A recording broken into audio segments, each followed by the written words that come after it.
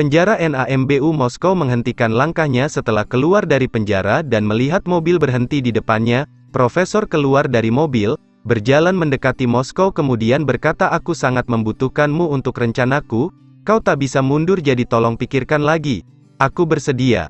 Tapi dengan satu syarat, yaitu sertakan satu orang lagi," ucap Moskow. Denver melarikan diri dari kejaran para preman. Moskow memasang alat peledak dan meledakkannya, membuat para preman terkena ledakannya kemudian membawa Denver melarikan diri. Saat ini mereka sedang berada di sebuah gedung, dengan Moskow mengajak Denver untuk melakukan pekerjaan bersama dirinya. Denver menembakkan pistolnya di samping Misun yang tengah duduk di lantai kemudian mengarahkan pistol di kepala Minsuk dan menarik pelatuknya. Tokyo segera berlari ke sumber suara setelah mendengar bunyi tembakan. Melihat Misun yang tergeletak di lantai dengan keadaan berdarah dan melihat Denver yang berdiri tepat di sebelah Misun, para sandera membicarakan apakah Misun benar-benar dibunuh dan menyalahkan Yang Min yang merencanakannya. Yang Min menyangkalnya dengan mengatakan kalau Misun yang menawarkan diri. Untuk memastikan Misun benar-benar meninggal, Berlin menginjak tangannya. Tokyo pergi markas untuk menghubungi profesor, tapi ditahan Rio. Berlin memasuki ruangan, memberitahu kalau ia yang akan memberitahunya dan menyuruh Tokyo pergi. Saat mendapat telepon dari profesor, dengan marah, Tokyo pergi dari sana. Berlin menjawab teleponnya memberitahu tidak terjadi apa-apa, hanya perselisihan kecil dan sudah diselesaikan. Profesor menyuruh Rio untuk menganalisa log akses arloji. Tokyo memasuki ruangan yang sebelumnya digunakan untuk penyimpanan uang. Karena terkejut, Denver menodongkan senapan di depan Tokyo yang memasuki ruangan kemudian membawanya menemui Misun. Misun memegang pahanya yang tertembak, membuatnya meringis karena kesakitan. Karena Denver tidak bisa menembak, Misun menyuruh Denver untuk menembak pahanya dan akan berpura-pura meninggal. "Jika Berlin tahu, kita berdua bisa dalam masalah," ucap Tokyo kemudian mendekati Misun, menyuruhnya melepaskan pakaian untuk melihat lukanya. Menyadari situasinya, Denver keluar ruangan. Tokyo membantu Misun melepaskan pakaiannya, melihat luka di pahanya. Mengeluarkan darah, dengan segera ia membalut lukanya dengan kain kasa kemudian menyuntikkan antibiotik. "Kita tak bisa menyembunyikannya terlalu lama," ucap Denver. "Kita perlu lakukan sesuatu pada Berlin, kita harus melengsarkannya. Dan untuk melakukan itu, kita harus menyingkirkan Helsinki dan Oslo lebih dulu," ucap Tokyo.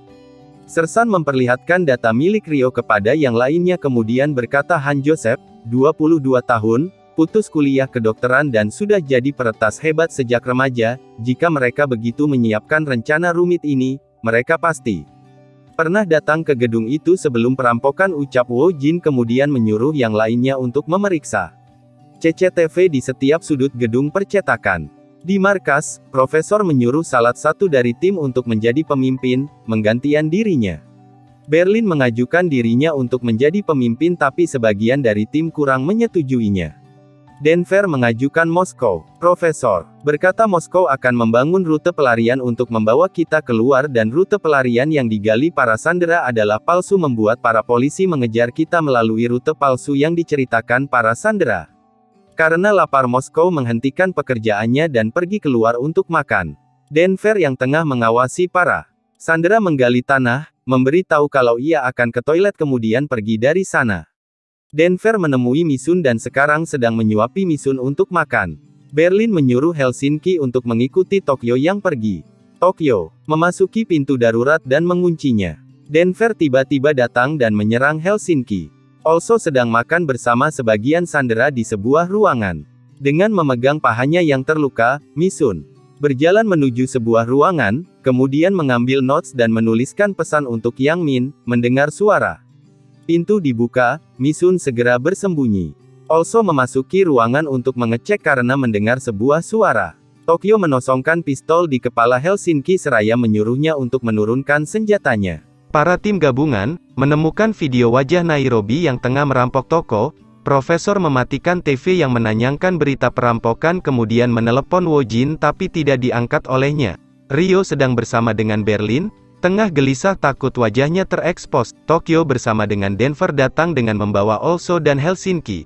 Seraya menodongkan pistol di depan Berlin, Tokyo menyuruh Rio menghubungi Profesor. Dengan segera Rio menghubunginya tapi tidak dijawab oleh Profesor. Sementara Profesor sedang mengendarai mobilnya menuju bank. Dengan mengelabuhi para polisi, Profesor berhasil memasuki markas tim gabungan. Wo Jin bersama yang lainnya sedang membahas data pribadi milik Nairobi. Profesor memberikan ponselnya kepada Wo Jin seraya berkata, ada panggilan dari ibumu, sepertinya mendesak. Saat Wo Jin menjawab teleponnya, Profesor melihat sekeliling dan orang-orang yang berada di markas. Ternyata sang men Wo Jin membawa Mina keluar tanpa izin dari Wo Jin, membuat Wo Jin menyuruh sang men memulangkan Mina. Denver membawa semua sandera memasuki sebuah ruangan kemudian mengunci pintunya dan pergi dari sana. Dengan segera Profesor kembali ke kafenya dan segera memasuki markas. Ada apa ini? Tanya Nairobi yang memasuki ruangan. Melihat semua orang yang tengah menodongkan pistol satu sama lain. Karena Tokyo bilang aku tak berhak memimpin Jet Li. Aku ingin tahu pendapat kalian, ucap Berlin. Berlin mengabaikan perintah Profesor dan melanggar aturan untuk tidak membunuh siapapun, ucap Tokyo. Rio, Denver dan Nairobi setuju dengan Tokyo, sementara Oslo dan Helsinki setuju dengan Berlin. Seraya menjawab telepon dari Profesor, Tokyo menyuruh Berlin untuk mengakui telah membunuh orang. Profesor memberitahu, para polisi telah mengidentifikasi Rio dan Nairobi. Dan hal itu membuat para tim berselisih, karena ucapan Berlin membuat situasinya menjadi panas. Siapa yang membunuh seseorang? Tanya Moskow yang baru datang. Aku menyuruh Denver membunuh sandera, ucap Berlin. Moskow mendekati Denver dan memarahinya, membuat situasinya bertambah kacau. Kenapa tak ada yang boleh mati? Tanya Berlin kepada Profesor. Tidak, karena itu adalah prinsip utama agar rencana kita berhasil, ucap Profesor. Denver menyusul Moskow yang pergi, menyuruh sang ayah untuk mendengarkan penjelasan darinya, tapi Moskow mengabaikannya. Moskow menekan tombol membuat pintu utama terbuka. Melalui rekaman CCTV, Rio memberitahu kalau pintu utama terbuka. Sementara di markas, para tim gabungan mengetahui gerbang utama terbuka, membuat Wo Jin keluar markas untuk memeriksanya. Dengan segera Denver memakai topengnya dan menyusul sang ayah yang berjalan keluar.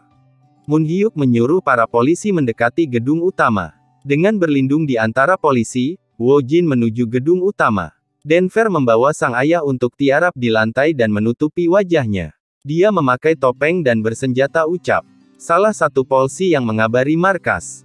Denver memberitahu sang ayah kalau ia tidak membunuh siapapun dan wanita itu masih hidup, menyuruh sang ayah untuk menanyakan kepada Tokyo. Mereka berdua perampok, ucap Wo Jin. Moon Hyuk menyuruh polisi penembak untuk siaga.